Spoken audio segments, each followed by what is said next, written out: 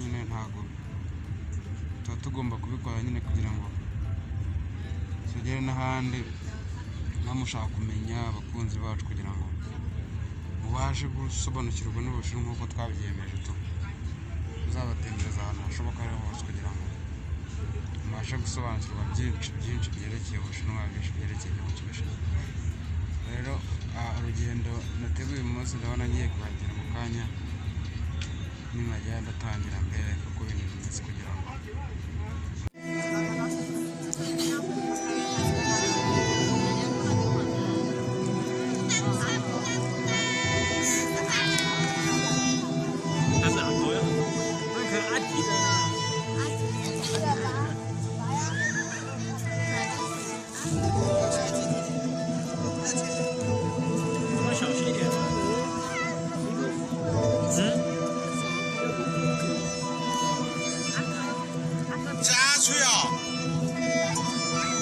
开始蒸吹，皮刚刚是加吹，啊，对不对？哎呦，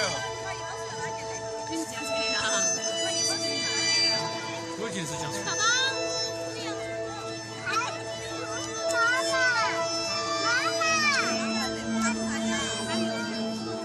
那怎么办？打光脚呀？